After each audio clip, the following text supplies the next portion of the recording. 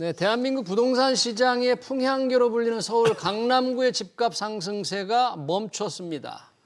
일부 단지에선 매물이 경쟁적으로 쏟아지며 호가가 억 단위로 빠지고 있다는데요. 다주택자에 대한 정부의 고강도 압박이 시장 분위기를 바꿔놓고 있습니다. 급매물이 나오는 지금이 실수요자들에게 매수 기회가 될까요?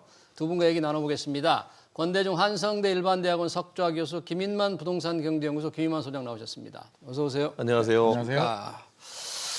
자, 주식시장은 급등을 계속하고 있고 부동산 시장은 분위기가 조금 정체 또는 하락 쪽으로 바뀌고 있는 것 같습니다. 이재명 대통령 다주택자에 대한 강도 높은 압박이 계속되고 있는데 서울 주요 지역에서 매물이 조금 늘면서 상승세가 현저하게 둔화되고 있는데 정말로 급매물이 많이 나오고 있는지 권대중 교수님 그렇습니까 지금? 네.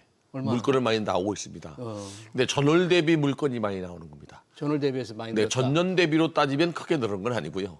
계절적 수요가 있잖아요, 그죠? 네. 근데 이번에 이제 그 입주 물량이 부족한데도 불구하고 전월 대비 뭐 양이 많이 나오는 것은 네. 이재명 대통령의 연일 그 부동산에 대한 압박 네. 이것 때문에 그렇습니다. 네. 이 그 빅데이터 회사인 아실의 자료를 보면은요. 예. 지난달 1월 23일 날 그 이재명 대통령이 양도세 그 중과 연기를 안 하겠다고 딱 선언한 이후에 네. 그 당시에 56,200건 정도의 서울에 입주 물량이 있었습니다. 네. 매매 물량이. 매매. 네, 근데 한 달 후인 지난 23일 날 22일까지의 자료인데 67,700건이니까 한 10,000건 정도, 9,500건 이상 나왔죠? 많이 늘었네요. 네, 그 중에서도 성동구가 50.7% 증가했습니다. 성동구. 1,212건에서 1,827건으로 늘었고요. 예. 성동구를 비롯한 송파구서부터 동작구까지 모두 30% 이상 네. 증가한 상태입니다. 급매물이 이렇게 30% 이상 늘었다. 네. 근데 이제 증가하면서도 매매는 거의 안 되고 매매는 또, 안 돼요. 네. 그리고 가격 하락도 지금 압구정동 같은 경우는 6평형이 보통 128억 정도 거래되는 사례가 있거든요. 네. 근데 100억수 한 110억 정도로 많이 빠졌고요. 예. 음마 아파트 같은 경우도 42억에 거래되는 것이 지금 38억까지 뭐 2, 3억, 3, 4억 이렇게 낮춰서 내놓고 있지만 네. 여전히 거래는 안 되고 있습니다.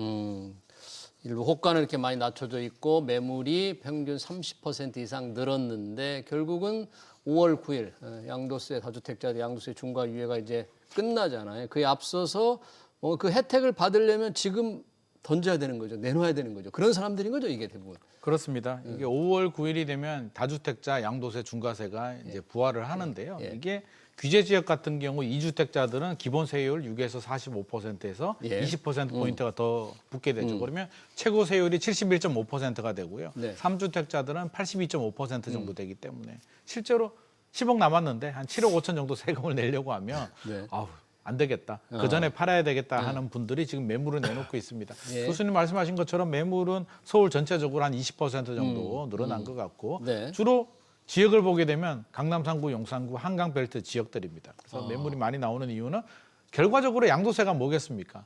양도 차익.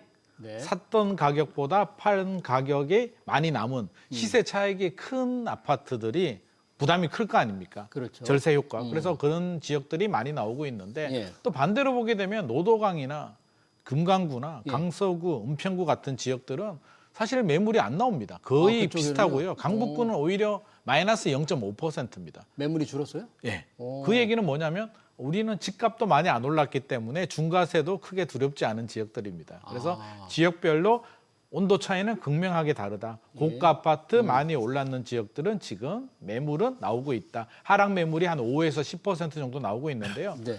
문제는 뭐냐면 거래가 잘 안 됩니다. 그러니까요. 현장에 나가 보니까 뭐 예. 거래는 올스톱이라고 합니다. 그러면 왜 거래가 안 되냐 그러면 두 가지로 좀 해석을 할 수가 있는데 하나는 25억 초과 아파트들은 대출이 2억까지 나옵니다. 네. 그러니까 대출이 뭐 30억, 40억 아파트 매물이 나오는 지역들은 이제 주로 그런 아파트고 말씀하신 것처럼 압구정 아파트 뭐 100억, 110억이면 네.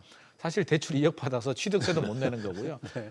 매수자들이 현금을 다 집어넣어야 되는데 예. 그 현금을 가지고 있는 매수자들이 지금까지 집을 사지 않은 무주택자다. 네. 아마 위험 회피 성향들이 좀 많을 것 같고요. 지금 불확실성이 커진 상태에서 아마 발을 빼고 관망을 하고 있는 분들이 좀 많을 것으로 분석을 하고 있습니다. 예. 결국에는 집을 사려는 분들은 매수 가격이 더 떨어지길 바랍니다. 5에서 10%가 아니라 많이 올랐으니까 뭐 15%, 20% 내려가면 내가 고민해 보겠다는 입장이고요. 집주인들은 이 정도면 많이 내렸는데라는 입장이니까 제 생각에는 한 4월 중순까지는 네. 거래를 해야 되거든요. 토지거래가구역 그 허가 4월 기간 중순까지는? 때문에 한 네. 3주 정도 시간이 걸리기 때문에 예. 그러면 4월 초 중순까지는 이런 치열한 줄다리기가 진행이 될 것 같습니다. 그러네요. 은행 특이한 점이 하나 있어요. 뭐예요? 1가구 1주택자가 집을 팔려고 내려오는 사람이 있어요. 1가구 1주택자가 네, 고가 아파트로 이렇게 뭐 50억, 80억 올라가는 사람들이 예. 1가구 1주택자입니다. 그분들은 뭐를 걱정할까요? 이게 보유세하고 보유세가 장기보유 무거워지는 특별공제가 개편되면 세금을 내는데 부담스러운 거예요. 예. 나이가 60세가 넘어서 소득이 없으니까 이참에 팔자. 이렇게 해도 내놓은 사람들이 저한테 문의 오는 사람들이 있었어요. 그렇군요. 종부세가 이제 무거워질 거를 예상을 해서. 네, 그리고 장기보유 특별공제도 장기보유 줄 것 특별공제. 같고 지자체 선거 끝나면 이 정부가 그 세법을 좀 고칠 거다 이렇게 해서 예상을 하는 거예요. 예상하는 거죠. 네, 그런 것 때문에 이제 그 오늘 한국은행이 발표한 자료를 보면은 네. 부동산 심시 그러니까요. 지수가 네. 떨어진 겁니다. 그러니까요. 미래 가치가 별로 없다고 보는 거죠. 예. 네. 뭔가 시장을 안정시키겠다는 정부 의도는 특히 이재명 대통령의 의지는 일단 시장에 좀 먹히는 것 같은데 문제는 뭐 이게 얼마나 지속될 수 있을지 그리고 팔려고 하는 사람이 있지만 또 사야 될 텐데 살 수 있는 여건이 안 되는 여러 가지 문제가 좀 해결될 수 있을지는 모르겠는데요.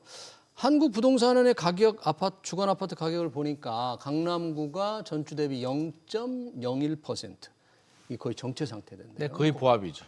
이제 마이너스로 돌아서지 않겠습니까? 어떻게 혹시? 지금 분위기면 아마 4월 초 중반까지는 저는 마이너스 가능성 열어둬야 될 것 같습니다. 0.01%면 사실상 멈춘 거고요. 네. 지금 같은 추세라면 강남 3구, 용산구는 하락 전환은 저는 불가피할 것 같은데 예. 생각해 보게 되면 뭐 그동안 2년 동안 한 번도 하락이 없었거든요. 계속 올랐기 때문에 네. 이게 5월 9일 양도세 중과세도 그렇고 대통령께서 강한 메시지를 내고 있고 예. 향후에 보유세 인상 가능성까지도 열어둔다면 뭐 하락 전환은 저는 충분히 가능성을 열어둬야 되고 예. 거기에 따른 충격도 우리가 준비를 해야 되는데 예. 좀 아쉽다면 앞서서 말씀드린 것처럼 이게 매물 가격이 내려오게 되면 실제로 거래가 되면서 하락 거래가 돼야 실질적으로 하락 시세가 형성이 되는데 네. 이게 거래가 안 되면 호가만 내려오다가 그냥 멈춰버리게 되면 실제로 이게 하락은 아니거든요. 실거래 가격에 하락 매물이 안 뜨게 되면 의미가 없기 때문에 예. 출구도 좀 만들어줄 필요도 있겠다라는 생각이 듭니다. 그러면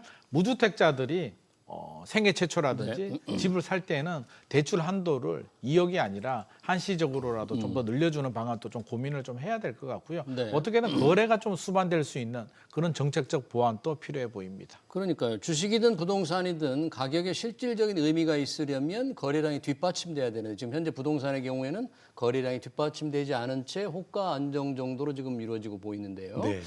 참 어떻게 될지 모르겠는데. 저는 그 하락 반전된다는 거에 대한 기준이 좀 필요하다고 봐요. 전주 대비 전월 대비는 하락하지만 네.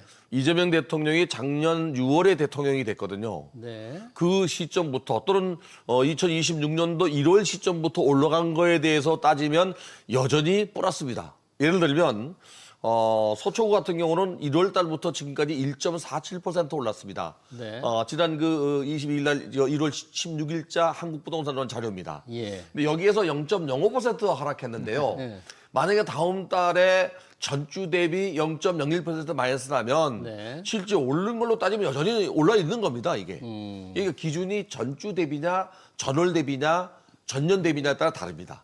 기준을 어디에 두고 마이너스라고 해야 되느냐. 예. 단지 이제 상승폭이 둔화되거나 상승폭이 멈췄다. 네. 이렇게 얘기할 수 있지만 마이너스 됐다고 얘기하는 애매하죠. 그러니까 네. 그 얘기하려고 그러니까 그러면 집값 안정이라고 할 때 집값 안정의 기준이 뭐냐 이런 또 논란이 이게 있을 수 이제 예를 있습니다. 들어 뭘 안정이라고 하느냐? 그렇죠. 더 이상 오르지 않는 게 안정이에요. 안정 아니냐? 그게 아니고 1년 전에 엄청 올랐으면 그 오르기 근데 전까지 그게 만약에 떨어지는 게 예전 안정 가격으로 아니에요? 내려가게 되면 경제에 미치는 영향 파크가 굉장히 큽니다. 예를 들어서 10억짜리가 지난해 15억이 됐다면 다시 15억으로 가게 되면 15억 보고 대출을 받은 사람은 다시 상환해야 되는 문제가 나오죠. 네. 뭐 기업자들도 마찬가지고 그래서 정부가 시장의 안정화라는 것은 가격이 연착륙되길 바라지 경장처럼 빠지길 바라는 건 아닙니다. 네. 근데 부동산은 한번 타임라인과 페이먼트 라인에서 우상향해서 오르면 이게 10억짜리가 20억 되면 20억을 생각하지 10억을 생각하지 않아요. 예. 이게 이제 문제입니다. 그래서 상승폭이 둔화되고 정체되는 걸 최소한의 안정으로 봅니다. 네, 일단 집값이 떨어질 경우에 아까 대출 문제를 잠깐 언급을 해주셨는데 지금 정부가 다주택자에서 세금 중과만 하는 게 아니고 대출 회수 가능성도 지금 제기하고 있습니다. 금융위원회가 지금 금융관계자를 불러서 회의를 할 텐데요. 자, 이 부분은 어떻게 다주택자의 대출 회수 이거 만만치 않을 것 같습니다. 회수한다면. 일단 대출 회수가 이슈가 되는 부분은 이제 우리가 좀 생각을 해야 되는 게 다주택자도 저는 좀 구분을 해야 된다고 봐요. 섹터별로. 그렇다면 예. 고가 아파트의 다주택자들 네. 한강벨트에 뭐 두 채, 세 채 가지신 분들이 있을 수도 있고요. 네. 노도강이나 금강구나 수도권 지역에 또 여러 채를 가지신 분들이 있을 수도 있고 네. 비아파트도 있습니다. 빌라, 오피스텔 시장도 있는데 이 세 개의 섹터를 하나로 묶게 되면 이제 혼선이 생기게 되는 게 예. 지금 또 이제 RTI를 얘기하고 있습니다. RTI. RTI가 뭐냐면 예. 이자 상환 비율인데요. 네. 원리금 우리가 보통 DSR이라고 하잖아요. 네. 개인 대출을 받게 되면 소득 대비 대출 한도가 정해지는데 RTI는 이자 소득에 대해서 한도가 정해지는 겁니다. 네. 그러면 이런 대출은 누가 받느냐? 주택 임대 사업자들이 받는데 예. 예를 들어서 저 같은 개인이 예. 대출을 받게 된다면 주택담보대출을 받게 되면 만기가 30년, 40년 뭐 이런 대출을 받기 때문에 네. 실제로 그런 대출을 받으신 분들은 영향이 없는 거고요. 아, 만기가 사업자 기니까. 대출을 받으신 분들, 주택 사업자들, 예. 그럼 이런 분들은 3년 단위로 이렇게 대출을 받게 되는데 이게 이제 연장이 안 될 가능성이 있다는 거죠. 그러면 네. 이게 어떤 주택이냐? 섹터로 보게 되면 집값이 많이 올랐는 한강벨트 아파트들은 사실 이런 주택 임대 사업자를 낼 수도 없습니다. 공시가격 6억 이하의 뭐 이런 주택들이고 임대 2000 사업자들이요. 그렇죠. 네. 2020년 이후는 신규 등록도 허용이 되지 않습니다. 예. 그러면 어떤 부분이냐? 비아파트 시장. 아, 빌라나 그러니까 전세. 그렇죠. 네. 그래서 서울에 있는 주택 임대 사업자를 보게 되면 아파트가 4만 4천 호 정도 지금 남아 있고요. 네. 비아파트가 33만 1천 호 정도 네. 남아 있는데 이게 규제하게 되면 어느 섹터? 비아파트, 빌라, 오피스텔 시장이 직격탄을 받을 수 있다는 거죠. 네. 그래서 집값 많이 올라가는 한강벨트 아파트들은 어차피 다주택자들 대부분 전세 끼고 샀습니다. 그래서 예. 대출 회수나 영향은 별로 없는 반면에 음. 월세 받는 분들, 네. 뭐 다세대 주택을 가지신 분들 네. 이런 분들이 타격을 받을 수도 있기 때문에 생계형 임대 사업자로 할 수 있습니까? 그렇죠. 그럼 임대 사업자만 영향을 받느냐? 네. 원리금 상환을 못 하게 된다. 대출 상환을 못 하게 되면 어떻게 되겠습니까? 경매 넘어가게 되면 또 세입자들도 세입자들. 또 불안해질 수도 있기 때문에 이런 부작용에 대해서는 또 한번 제대로 된 검토가 필요하지 않나 생각을 그 하고 부분이 있습니다. 상당히 좀 듣고 보니까 그런데요. 등록 임대 사업자도 그렇지 않아도 8년간 여러 가지 정부 규제를 잘 지켜왔는데 이 부분들에 대해서 지금 양도세 중과 면제 혜택인데 이것도 지금 취소나 줄이겠다는 게 정부 방침이고 추정할 것 같아요. 또 이게 대출도 회수하겠다 그러면. 이게 이제 임대 사업자가 네. 두 가지가 있습니다. 예. 건설 임대가 있고 매입 임대가 있습니다. 아, 사가지고 임대하는 것과 지어서 하는 게. 네, 지어서 하는 것들은 거의 그 프로젝트 파이낸셜이라 해서 PF 예. 대출을 받은 거예요. 네. 이 사람들은 보증금을 받아가지고 일부 상환하고 예. 나머지 월세를 받아서 그 나머지의 그 이자와 원금을 상환하는 상태이기 때문에 이거를 만약에 상환하려면 그건 거의 부도가 날 수 있죠. 그런 그리고 이제 매입 임대주택 같은 경우는 나름대로 뭐 한 가구나 두 가구는 장기 모기지로 아마 대출을 받았을 텐데 예. 60대 이상 되는 사람들은 대개 한 가구나 두 가구 빌라를 사서 예. 상계형으로 가는 경우가 있어요. 월세 받아서 그로 사는 네, 거죠. 이런 월세로. 경우는 대출을 많이 안 받을 수는 있어요. 예. 근데 이게 이제 소형, 중소형 아파트들을 사용하는 또 빌라나 또는 비아파트를 사용하는 사람들 더 나가서 그 오피스텔까지는 청년들이 많이 살고 예. 1인 가족, 2인 가족이 많이 살아요. 네. 정말 그 저소득층 이 그 서민들의 주거 중심에 있는데 이거를 만약에 이제 압박하게 되면 이게 사라져 버려요. 근데 그거를 팔라는 게 지금 다주택자를 팔라고 하면 그분들한테까지 팔라고 하면 그 작은 걸 또 누가 안 사겠습니까? 사요, 네.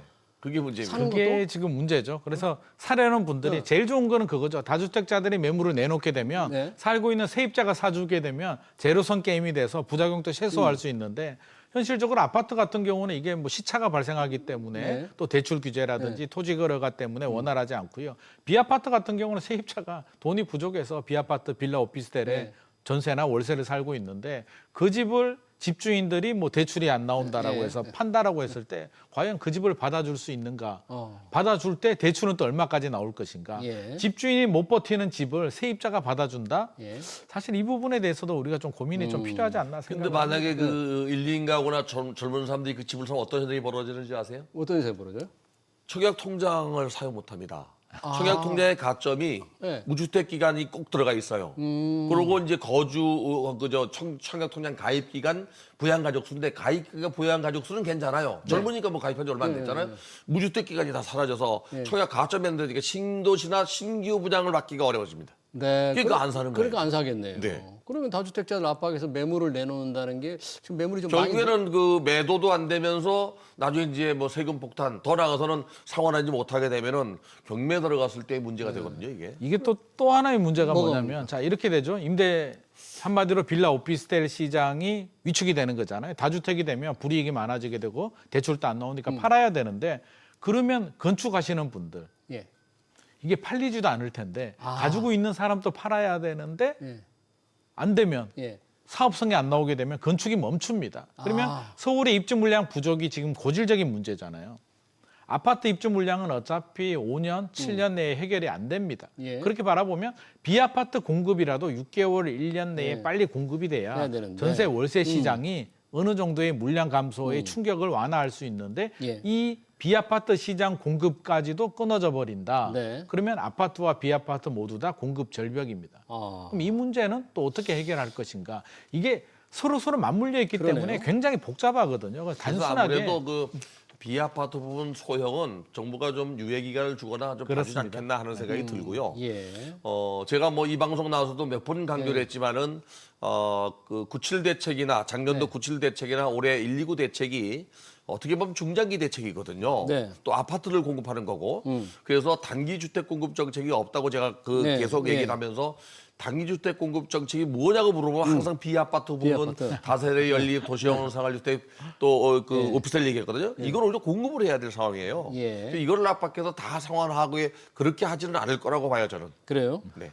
그러면 그 부분과 또 연결이 돼 있는데 지금 다주택자들을 규제하니까 전월세난을 부추긴다. 전월세난이 심해지지 않을까 하는 우려의 언론 보도가 있습니다. 그 언론 보도를 이재명 대통령이 캡처를 해서 무슨 소리냐. 다주택자가 내놓으면은 누군가가 전월세 세입자가 그 집을 사기 때문에 결국 전월세 수요도 줄어서 전월세난을 부추긴다는 말은 엉터리다 이렇게 주장을 하셨거든요.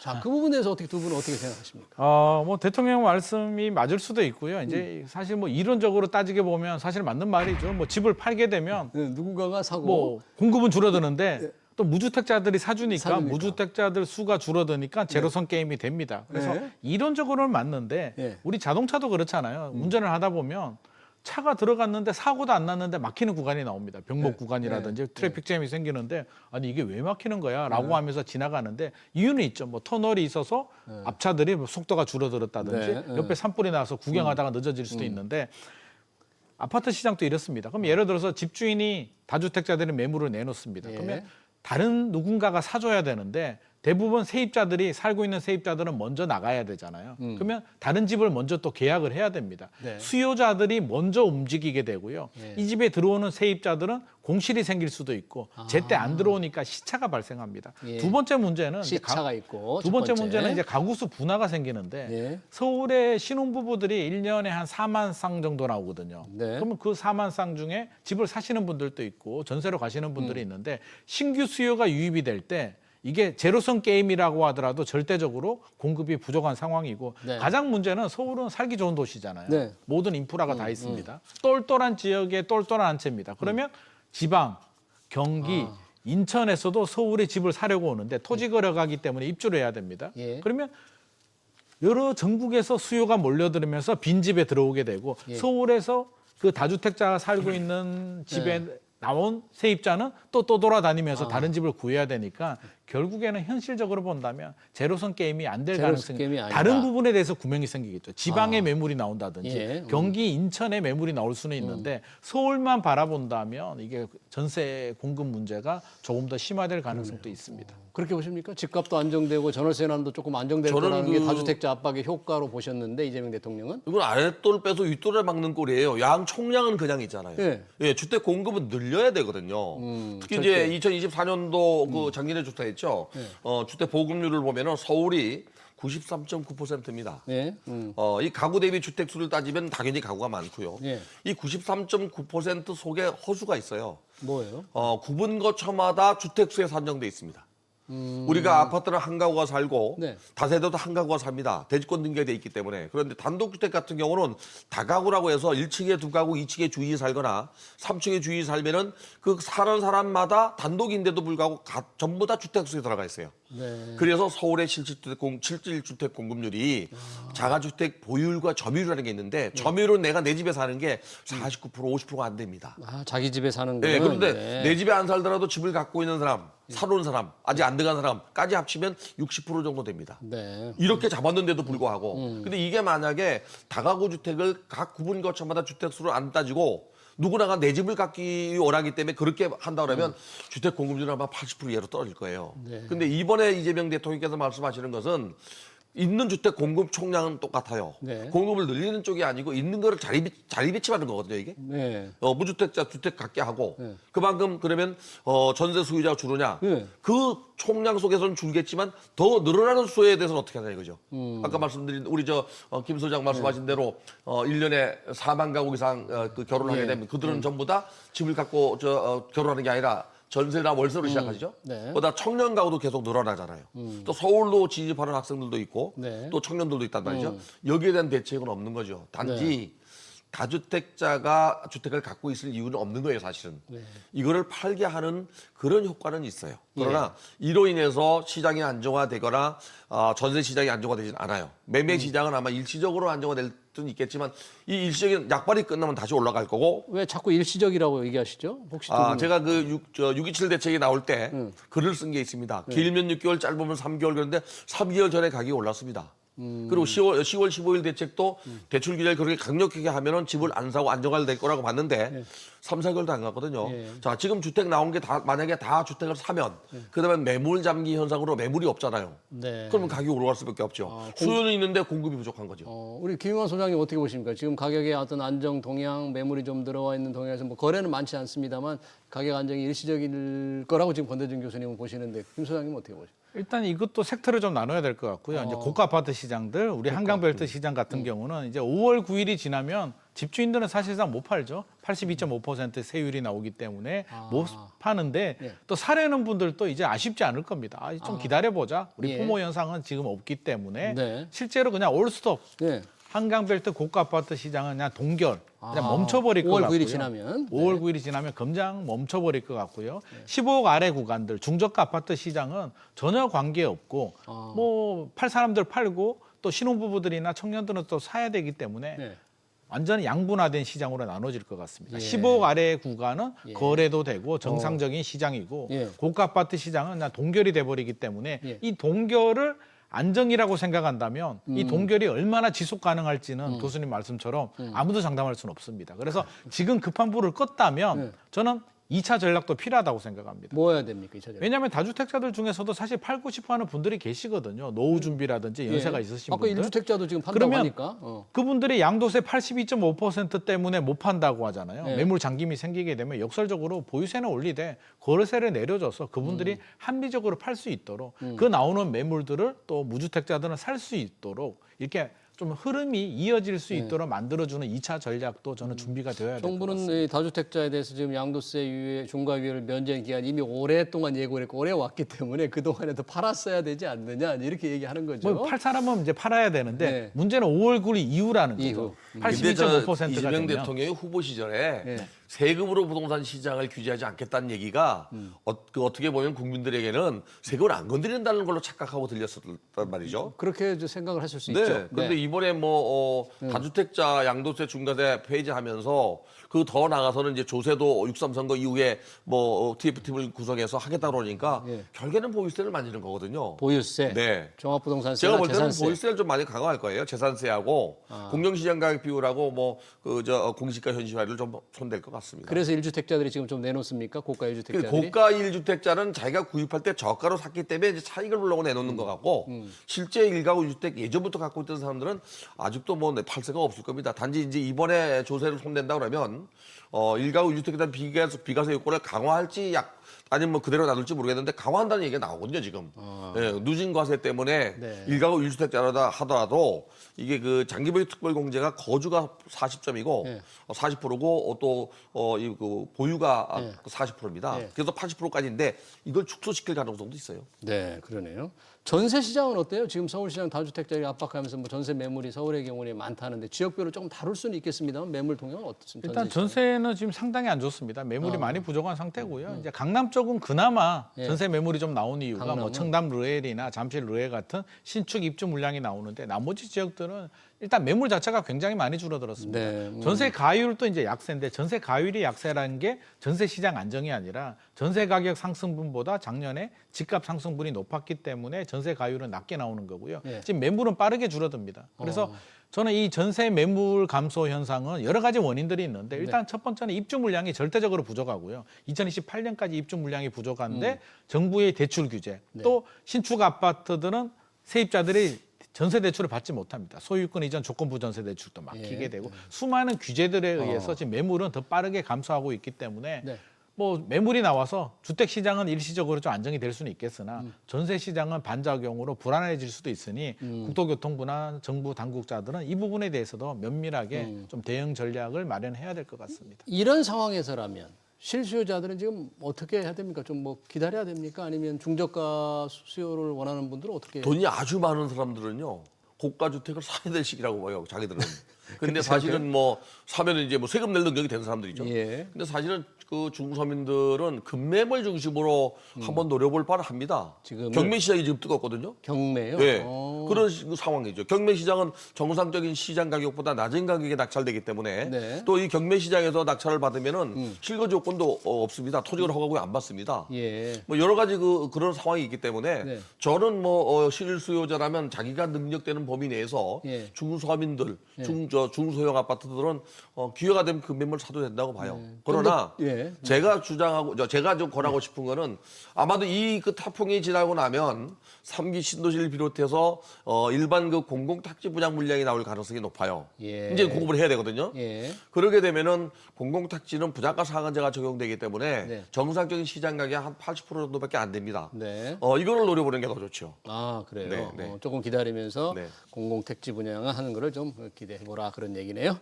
네, 부동산 시장 최근에 나오는 매물 그리고 시장 동향 투자 전략까지 잘 들었습니다. 지금까지 권대중 한성대 일반대학원 석좌 교수 김인만 부동산경제연구소 김인만 소장이었습니다. 고맙습니다. 감사합니다.